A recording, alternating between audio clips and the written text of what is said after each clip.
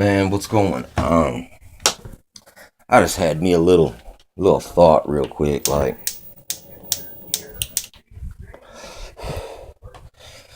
You know, here's the thing.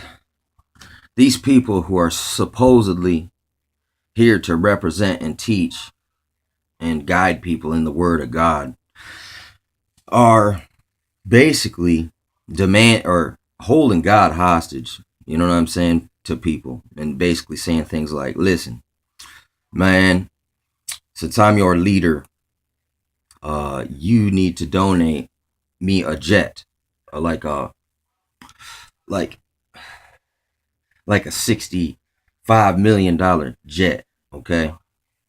Now, where am I gonna pull up why this is wrong? You know what I'm saying? What? Listen, it's not just a jet. If they're asking for a jet, that means they already have a mansion, badass car, uh, insurance, food, uh, access to real medical.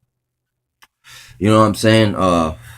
Access to the fineries of life, the fineries of the Lord of Merchandise, the Lord of Merchandise's world, his the storehouses of of Monsanto and you know uh technology. You know what I'm saying? His abundance is bestowed upon his followers that ask for $65 million jets, and and already have $100 million houses bought and paid for them by I don't know who. You know what I'm saying? It ain't me though. I mean, cause listen, that's a sin. You know what I'm saying uh to support someone like that, man. Because uh, I mean, in my opinion, it's a sin. That's a sin to to follow someone like that, because you know your actions do influence others. Believe it or not, I got bad things I have to work on, but that is not one of them. You know what I'm saying? Because here's my example.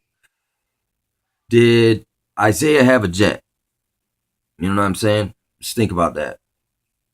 Did he have a Mercedes? You know, did Jesus demand, "Hey, you got to build me a mansion, or I can't discern for you the mysteries, uh, and you're damned, unless you give me a jet." Uh, Here, I mean, was Jesus rolling with a bunch of Terminators? You know what I'm saying? To protect him from the Romans and the Jewish Pharisees that wanted to kill him. Uh, uh, no, I mean, even I mean, even when Satan asked him some things, he didn't even really ask him. I mean, then it's like Satan asked him just a couple things, like just simple requests, and Jesus like, "No, I'm not playing your game. You don't tell me." You know what I'm saying? What I should do, and so Satan's like, "All right, then I'll show you what I can do for you." The Lord of Merchandise opened up his storehouses and offered them to Jesus, and he turned them down. So come on now, why are you following these people? You know what I'm saying? Because they ain't even taught you the dang gospel. Okay, I know the gospel. All right, you know what I'm saying? It's like, listen, this is how I got back in it a while back. I mean, I wasn't all the way in it, but I was dabbling in it, man. And I just read the four gospels back to back, and it was like I realized something when I did that. It was like, man, why did I just read the same story over and over again? It's told in different ways. It varies a little bit. So it shows you like the word of God is not fixed and confined to these even four testimonies. It's like each one's a little different, but yet it reiterates the same narrative, the same points. And that's the same thing with us even. There's there's a margin between going off. Either way, you go too far. Either way, you go off the main point. And these people have deviated to the point where they move the mark to the right or the left, and where you're actually supposed to be going looks wrong.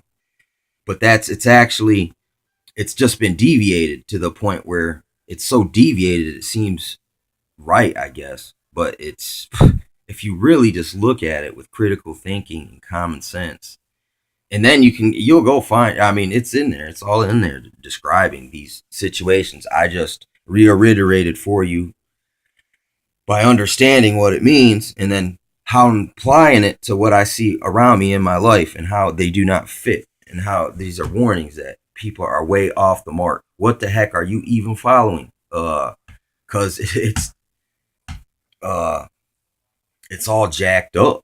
It shouldn't even be that jacked up, but it somehow it got that way. So just think about these things. Did Jesus have a jet?